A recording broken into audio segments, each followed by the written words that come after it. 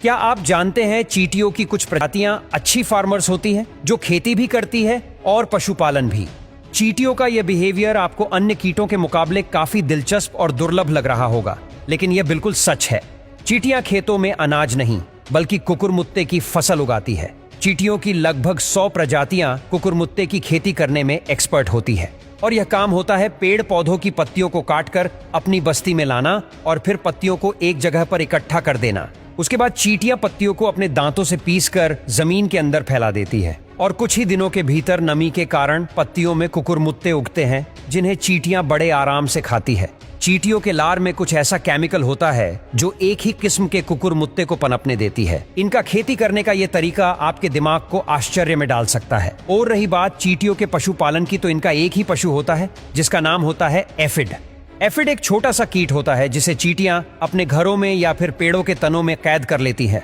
जब चींटियों को भूख लगती है तो ये चींटियां अपने पालतू पशु एफिड कीट की पीठ थपथपाती हैं और फिर एफिड तुरंत ही अपने पेट के पिछले हिस्से से लिक्विड जैसा एक तरल पदार्थ निकालते हैं जो कि जूसी और स्वीट होता है, जिसे चींटियां एक ही बार में गटक जाती है, लेकिन चींटियों को इसकी भरपाई भी करनी पड़ती है। एफिड कीड़ा बहुत ही नाजुक जीव होता है। चींटियां एफिड कीड़े की सुरक्षा में तैनात रहती है, उनकी देखभाल करती है और एफिड कीड़े बदले में चींटियों को उनकी पसंदीदा खुराक देते हैं।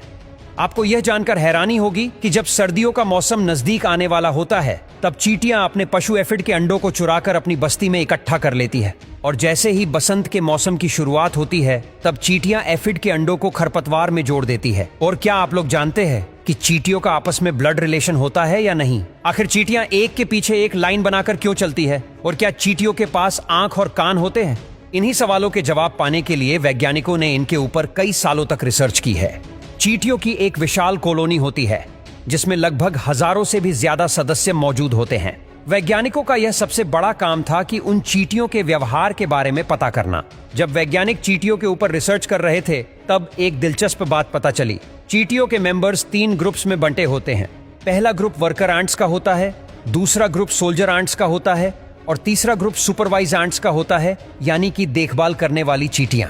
इन तीनों ग्रुप्स में चींटियों को उनकी नॉलेज, स्किल और साइंस के आधार पर रखा गया था। इन तीनों ग्रुप की चींटियों की मेहनत से बनती है एक खूबसूरत कॉलोनी। लेकिन वर्कर एंट्स, सोल्जर एंट्स और सुपरवाइज एंट्स इतनी मेहनत किसके लिए करती है?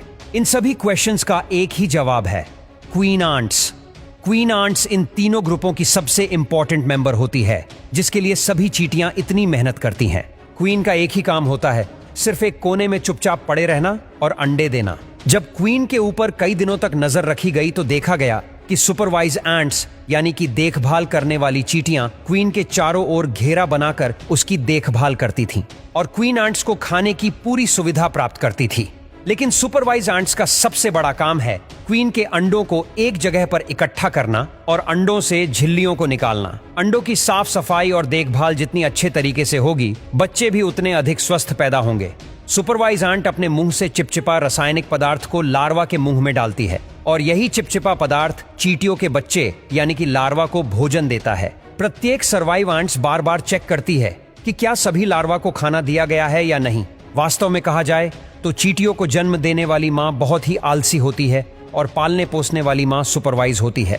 कॉलोनी की सभी चींटियां बच्चों को नहीं पालती है। कुछ चींटियां पूरा दिन काम ही करती रहती हैं और ये वर्कर एंट्स का काम होता है कॉलोनी की हर चींटी का पेट भरना। वर्कर एंट्स का आधे से ज्यादा समय खाना ढूंढने में ही बीत जाता है और क्वीन एंट्स और सुपरवाइज एंट्स कभी भी अपने बिल से बाहर नहीं निकलती है।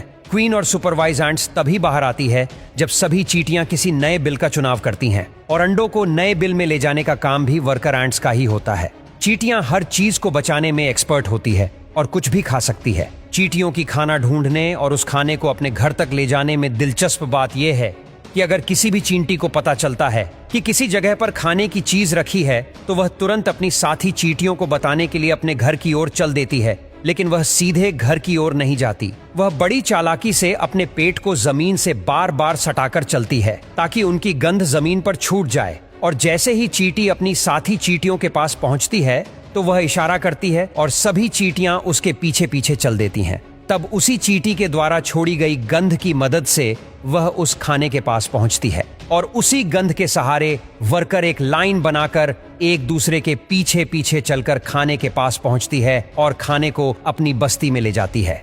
और सभी कीटों को सबसे ज्यादा अट्रैक्ट करता है चींटियों का स्मॉल साइज। और इसी साइज के चलते कई शिकारियों की नजर इनके ऊपर ही रहती है, लेकिन आप गलत फहमी में हैं। इनका छोटा साइज देखकर जो भी कीट इन्हें नुकसान पहुंचाने की कोशिश करता है वो कीट जान से हाथ धो बैठता है, क्योंकि इनका एक ही ग्रुप अटैक काफी होता है।